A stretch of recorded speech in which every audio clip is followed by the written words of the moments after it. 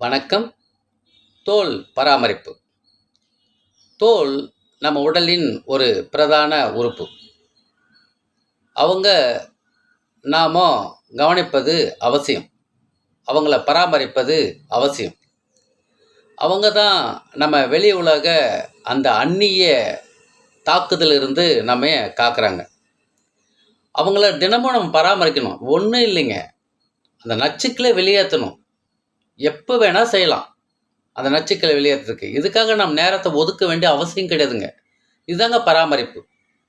கல்லீரல், கல்லீரல் அருகில் இருக்கக்கூடிய பித்தப்பை, ரெண்டுடைய இயக்கத்தை நாம் தூண்டணும்.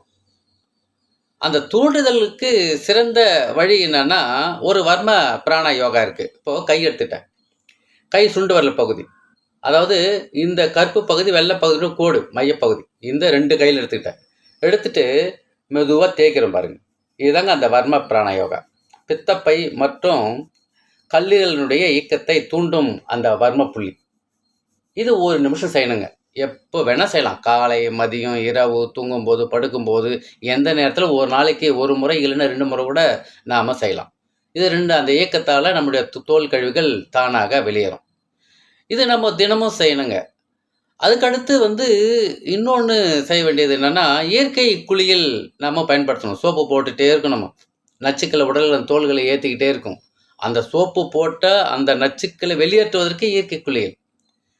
ஏதாவது ஒரு இலை, இப்போது வேப்பலை எடுத்துக்கிட்டோம். வேப்பலை கொஞ்சம் எடுத்து கை நிறைய எடுத்துகிட்டு நசுக்கி சாறு எடுத்து ஒரு மக்கில் வச்சு தண்ணி கொஞ்சம் ஊற்றி அது உடம்பு ஃபுல்லாக தேய்ச்சிட்டு ஒரு 10 நிமிஷம் கழித்து குளிச்சுட்டு போகிறோம். இல்லைன்னா ஒரு 5 நிமிஷம் கழித்து தண்ணி ஊற்றிட்டு போயிட்டே இருக்கும். இதுதான் இயற்கை குளியல்.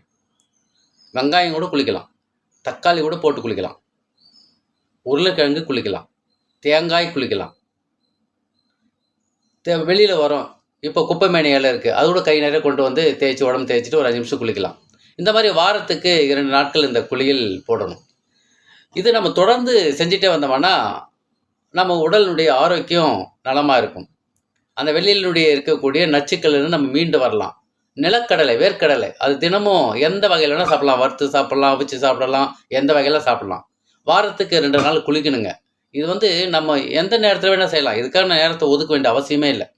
இந்த மாதிரி நம்ம தொடர்ந்து செஞ்சுட்டு வந்தோம்னா தோல் பராமரிப்பு நல்லா இருக்கும். உடல் ஆரோக்கியமாக இருப்போம். நம் நலம் நம் கையில். அன்புடன் உங்கள் கண் ரவிவர்மன்.